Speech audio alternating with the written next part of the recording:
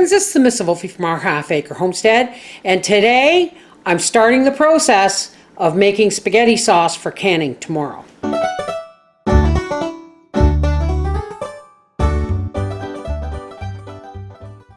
Now I'm pretty sure you've all seen this video, but I'm going to take you through it start to finish. Here, these are the tomatoes that came out of my garden that I froze. And once I'm ready, I gotta get something for that. Once I'm ready to start canning tomatoes, I take them out of the freezer and I pour boiling water over them, and the skins slip right off. It's a little more awkward with funky shaped tomatoes like these, but it's so much easier when you're doing it with Roma tomatoes. Okay, just in case you need to see what I'm talking about,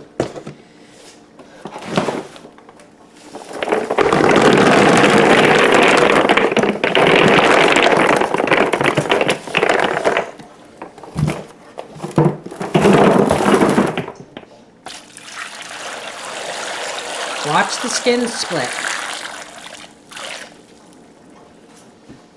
Grab the ones from underneath. Stem end, slip. Look at that. This is why Roma tomatoes are so easy to do.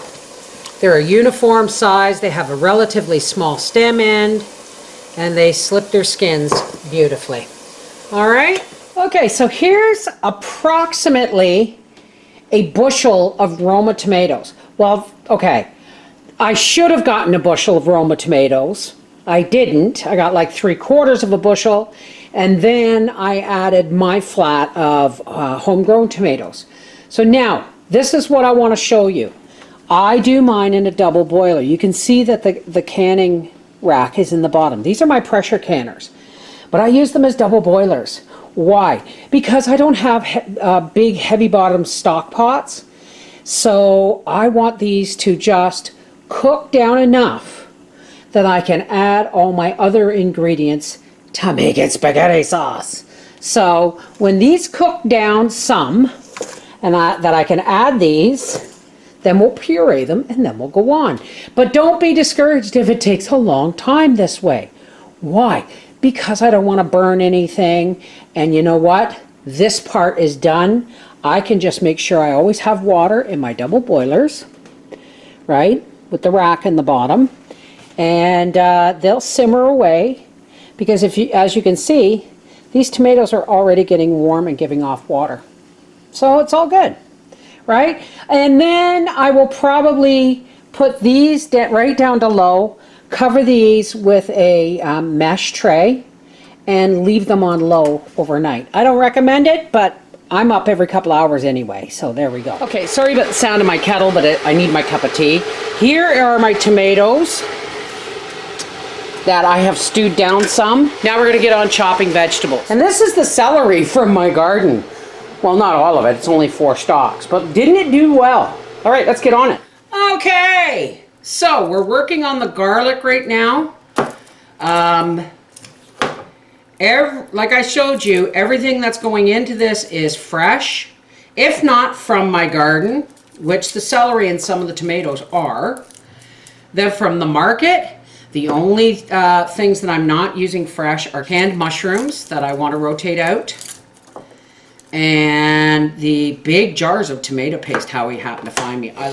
I love the fact that they're in jars so that they won't have the tinny taste. I'm going to save my canned spaghetti sauce for another project. This is my homemade stuff. Well, as close as homemade as I can get it. I mean, I'm not the Italian grandma, okay?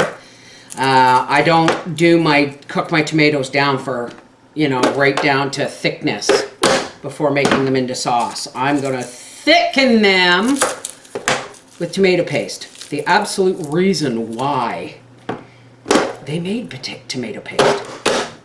All right, I'm going to go get some more garlic. Okay, here is 2 cups of minced garlic. I'm not really measuring, but I am only to make sure I have enough. They're all going into this because they're going to be roasted.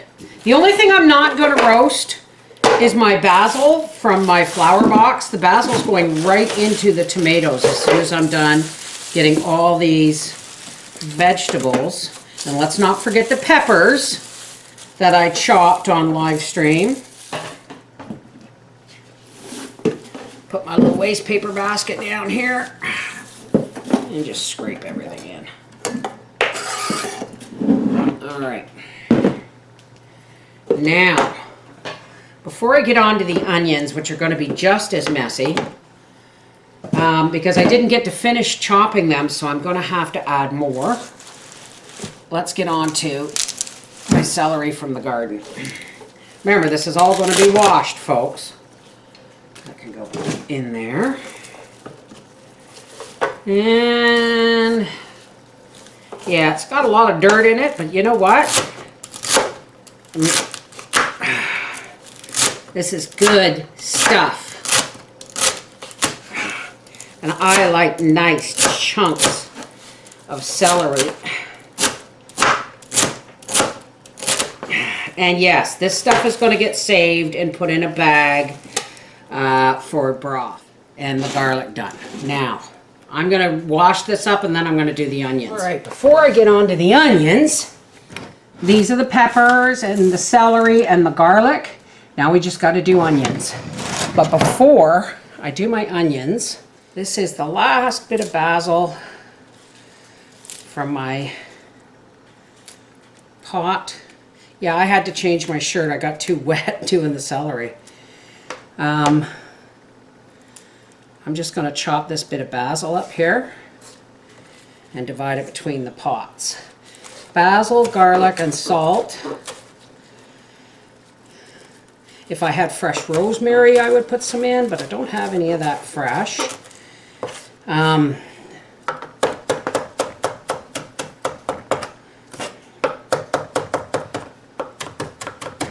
just want it chopped up enough so that some will get into each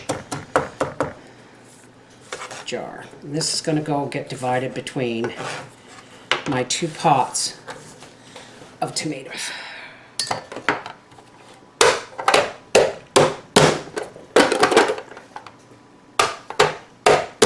Let's get the rest of the onions from the freezer.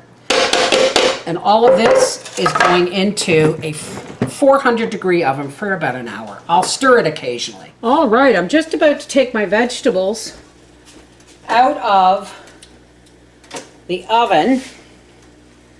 Now, I'm making this from scratch, yes, but I am going to add a couple of store-bought ingredients just to make my life simpler. One of them is tomato paste. Now this is a really big jar of tomato paste, right? This is what Howie brought me. So I just want to see how much needs to go in here. You know what? I'm just going to put the whole jar in. Ingredients. 97% tomato paste, 3% salt. And what this is going to do is this is going to thicken my sauce up so that I don't have to cook my tomatoes down any further. Let's get the hand blender in there.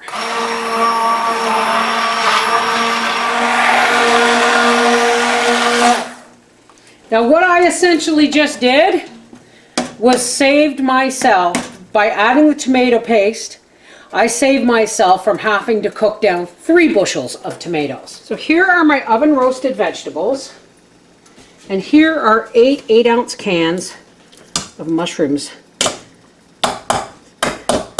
The mushrooms and the paste being the only store-bought ingredients. Some of the tomatoes were from the market, some came from, ouch, that's hot, some came from my garden.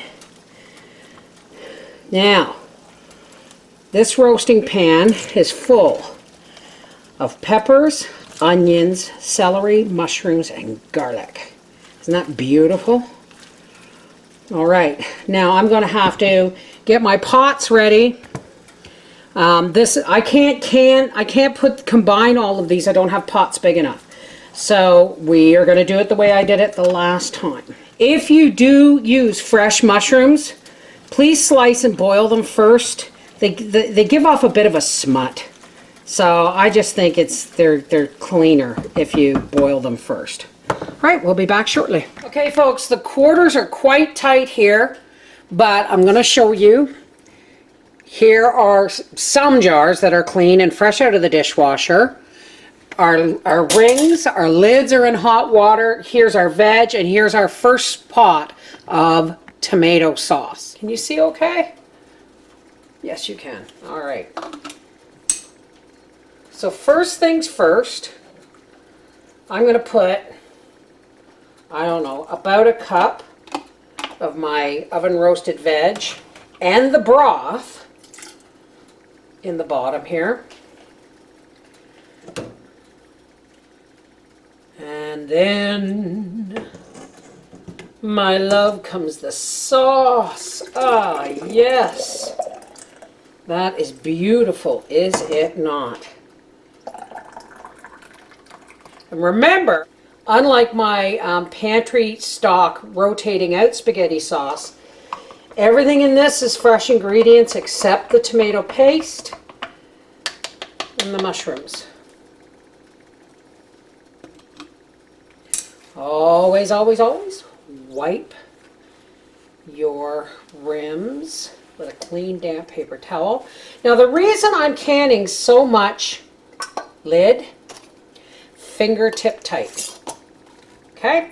The reason I'm canning so much spaghetti sauce this year is because it's more of a complete meal than just tomatoes, and we eat this at least once a week. So into the canner that goes. I've put my lid on my canner, and as soon as it starts to spout a steady stream of steam, I will time it for 10 minutes. You always want to vent the 10-minute steady stream of steam. Why? Because if you don't, you're leaving air in the canner and it can't create a proper vacuum. So never ever skip the venting part.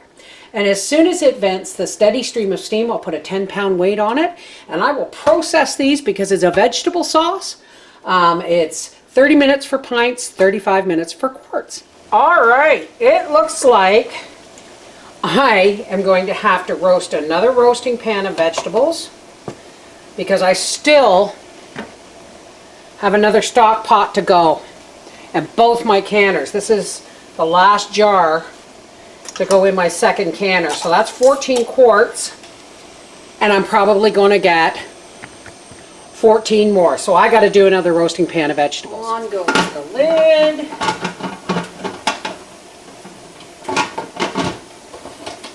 And when that spouts a steady stream of steam, I will vent it for 10 minutes. This one is now spouting a steady stream of steam, and I'm going to set my timer for 10 minutes. And then I'm going to go get my other timer. And then I'm going to chop and roast more vegetables.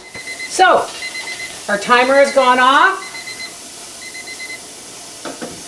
And on goes our 10-pound weight. Now, depending on your altitude, if you're 1,000 feet or more above sea level, check your manufacturer's directions because your weights and time measures may change. All right? But when that produces a vigorous jiggle, I'm going to set my timer for 35 minutes. That's our vigorous jiggle. Okay, our timer has gone off. That means this has been going for 35 minutes. So I'm going to turn the timer off here, or turn the heat off. And as soon as that's been venting for 10 minutes, I'm going to put the weight on. And when it gives me a vigorous jiggle, I will time it for 35 minutes. 14 quarts. And probably 14 more to go. And there it is. 28 jars of vegetable-packed pasta sauce, which really, you don't even have to use it on pasta. You can use this for many things. Chili, vegetable soup base, you just add broth and noodles. You do you, but this is a staple in our house. This is 1 bushel of tomatoes, 8 bunches of celery, 6 pounds of onions, 1/3 of a bushel of green peppers, and 16 cans of mushrooms. Oh, and let's not forget the last basil of my garden, and 4 cups of minced garlic. That's some healthy homemade goodness right there. This is the Mrs. Wolfie from our half-acre homestead saying, I'm filling the pantry and I'm running out of jars. Take care, God bless.